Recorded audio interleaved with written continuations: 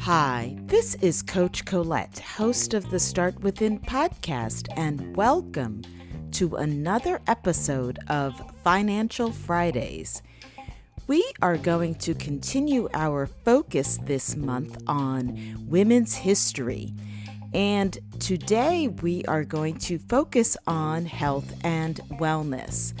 So I was excited today to learn about a pioneer in health and wellness. Her name is Sarah Loguen Fraser.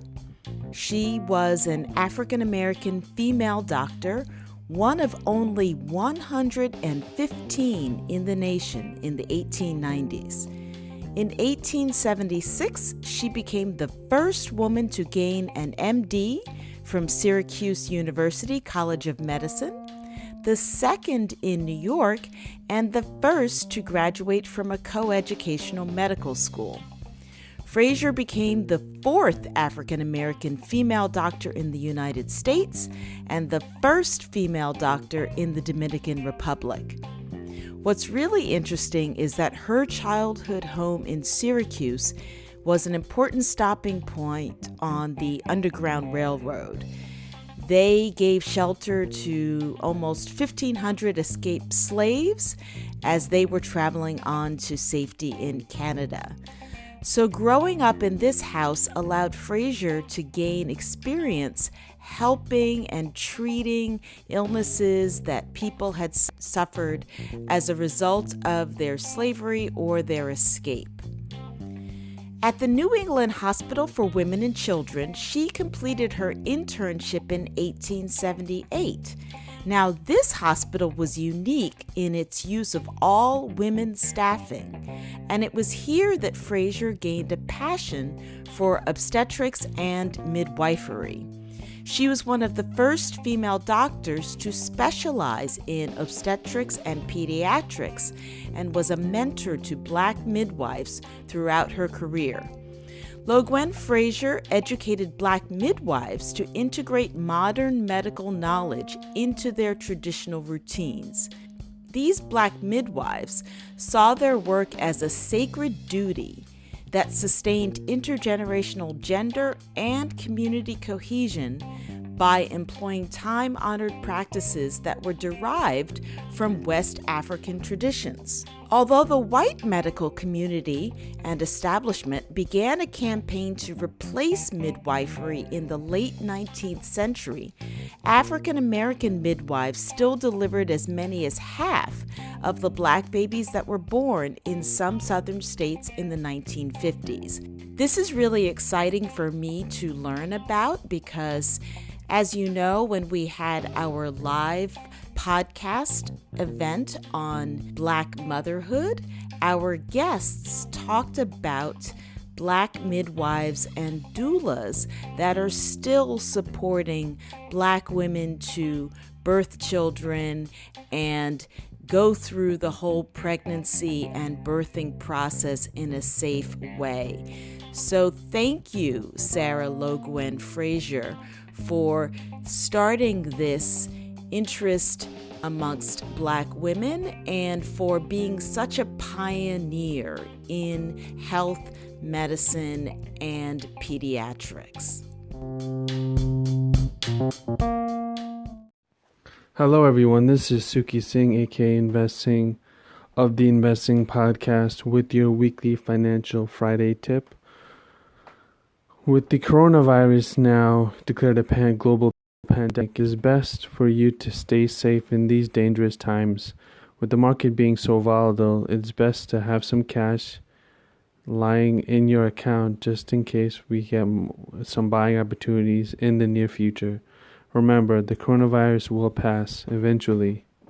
However, it's best to stay safe, take care of your loved ones, and have a great week. All right? Take care. Bye-bye.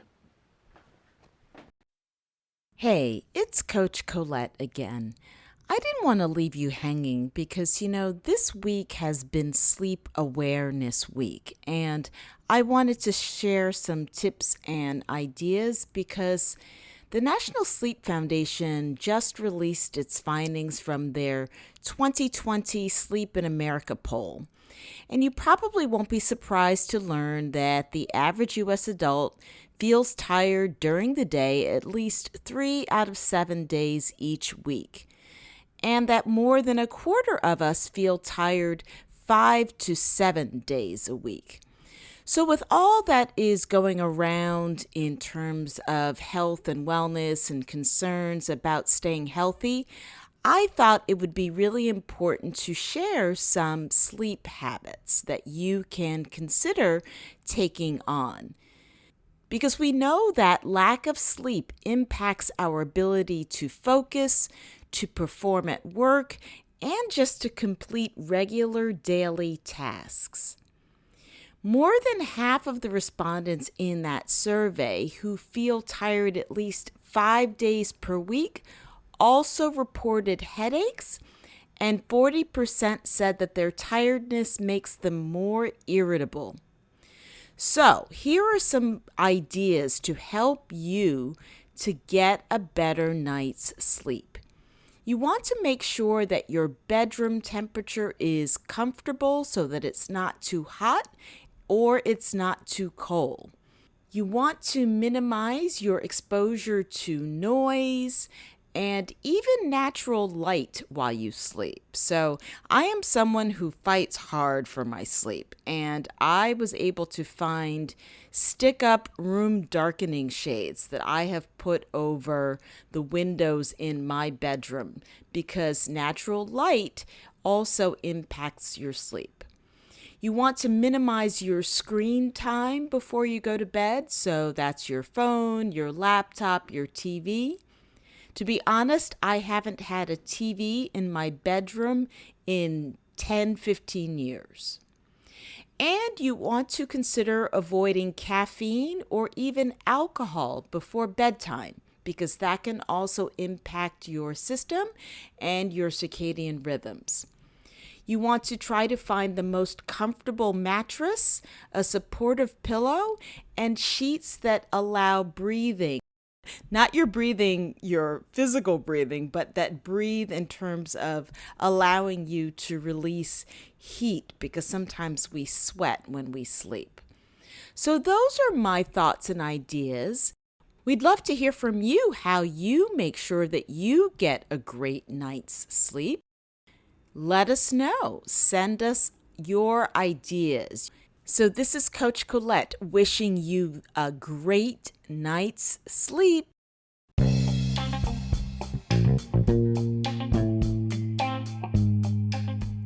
If you enjoyed this episode and haven't already subscribed, you can do so on Spotify, Apple Podcasts, or wherever you like to listen.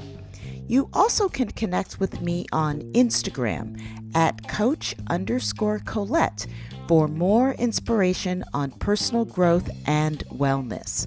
Want to help us create more great content and host more live podcast events? Then join our Start Within tribe and support this podcast with a small donation to help sustain our future episodes. Visit anchor.fm/coach-colette/support to get started today. You know, this podcast is truly my passion project, and I really appreciate your continued support. Get ready to start within to finish strong.